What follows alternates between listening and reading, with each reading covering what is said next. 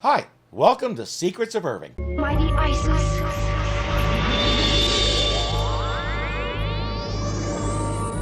Rudy just transferred to Larkspur from another school. Something happened there that required him to do it, and he tells Dr. Barnes, "Thanks for not holding it against me." We won't find out what it was, but it doesn't matter. As soon as Dr. Barnes is away from him, we get a fair idea.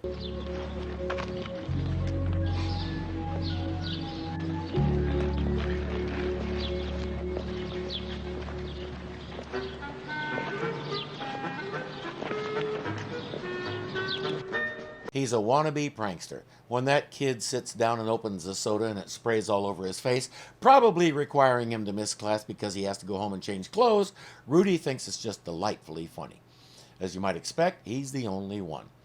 Dr. Barnes comes back and escorts Rudy to Miss Thomas's class, where he's also making an announcement.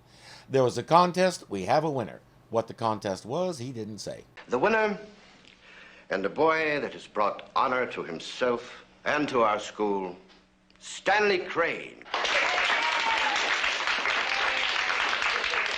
They ask him to come up and say a few words. Rudy can't pass up an opportunity like this. Why don't we have the contest winner come up and tell us about his prize-winning entry? Stanley?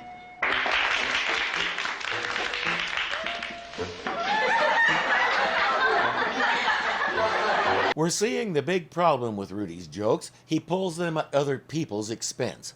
Other people get embarrassed or inconvenienced by his pranks, and that's not funny.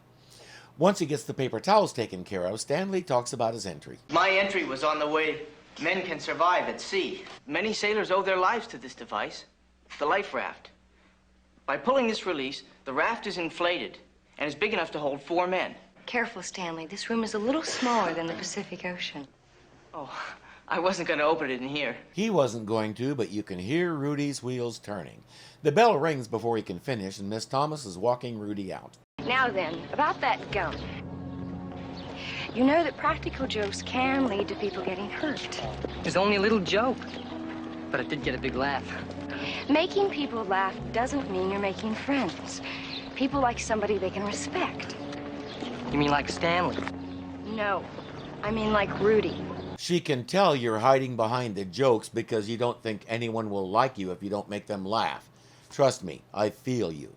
I was like that all through high school. Plain old loser me could never be good enough to rub shoulders with the Stanleys in my school, so I became a clown trying to make them laugh. The difference between me and Rudy is my jokes were at my own expense. I made myself out to be an even bigger loser than I already thought I was, and kids loved it. And I had no friends. That was one of the reasons I got into drugs, as I've told in my story time called The Drug Addict. I don't know if Rudy is in better or worse shape than I was. We can't tell from what we're given. But I can tell you from experience, he is on a bad road, especially since his jokes affect other people so significantly.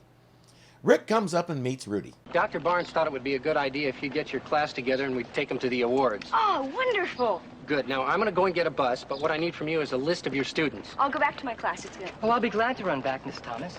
Thank you, Rudy. Guess what he's going to do while he's there? I can't believe Andrea is trusting him with this after the discussion they just had.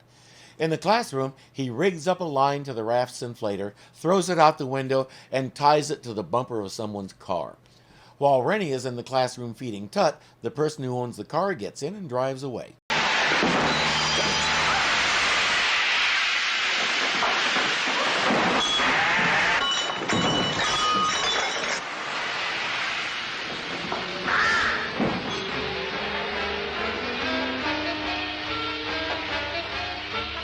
And his little joke just started a fire that threatens to kill Rennie.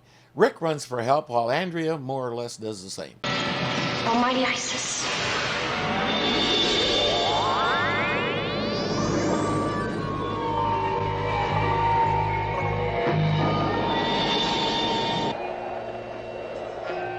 The help she's calling just happens to be closer at hand.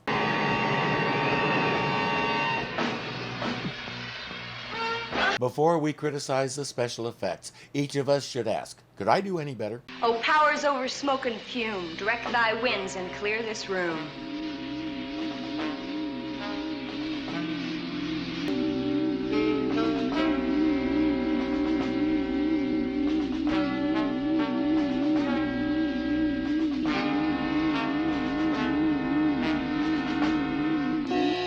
Now what are you going to do with it? Oh, time turned back and thus restore these broken beakers on the floor.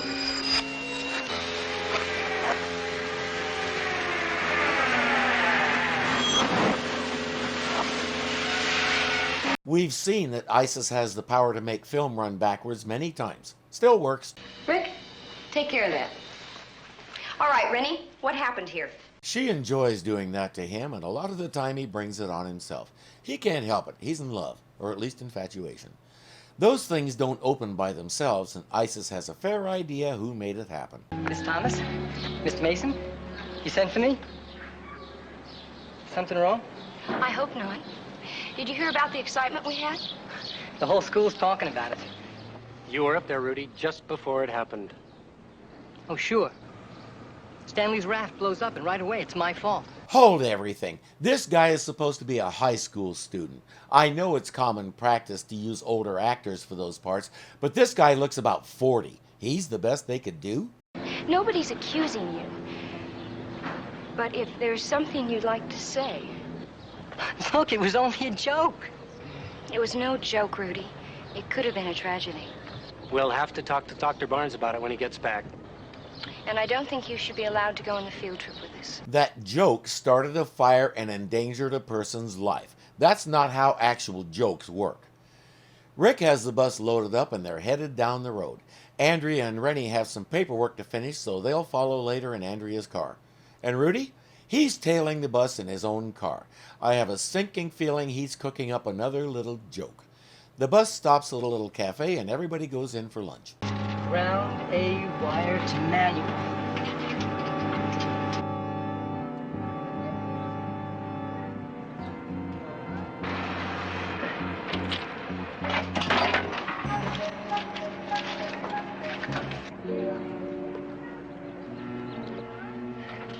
He's trying to rig up a smoke bomb to go off at a certain time, but he lost his pliers in the engine compartment. I'm sure it won't do any harm.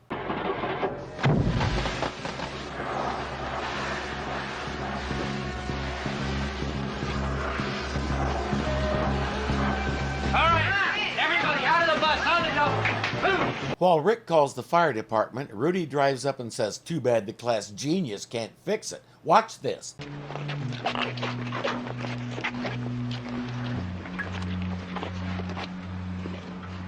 Mr. Rick Mason, yes. I'm at Kimmel's Cafe. I have a school bus that's on fire.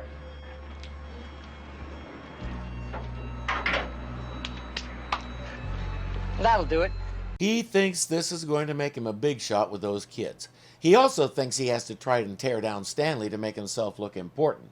He tries to goad Stanley into starting the bus, but Stanley really is the smart one. He's not taking the bait.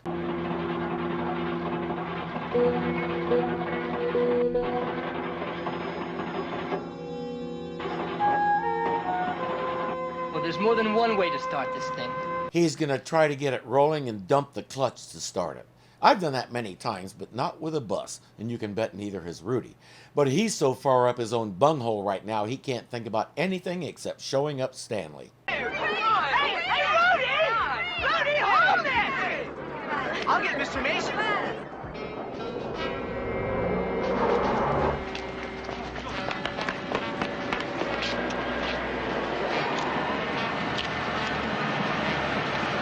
Ready? Get out of the car. Here. Hurry up. That clutch you were going to dump, Rudy? Now would be an excellent time to do it. Why doesn't he at least use the brakes? Because those pliers he dropped are interfering with the mechanism. At least this time the only person he's endangering with his joke is himself. Just like the runaway truck last season, run it into a big bunch of bushes. They're the softest thing around that can stop you.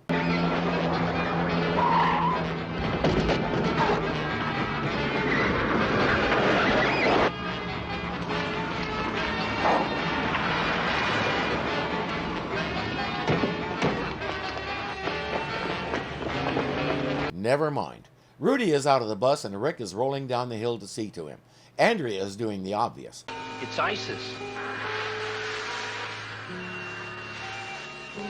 That way, you two. You have to enjoy that smirk on her face, as if she's saying, "Okay, Rudy, does this convince you?" But she's not done. Oh, wind put right this wayward joke, and foreman stares his acrid smoke.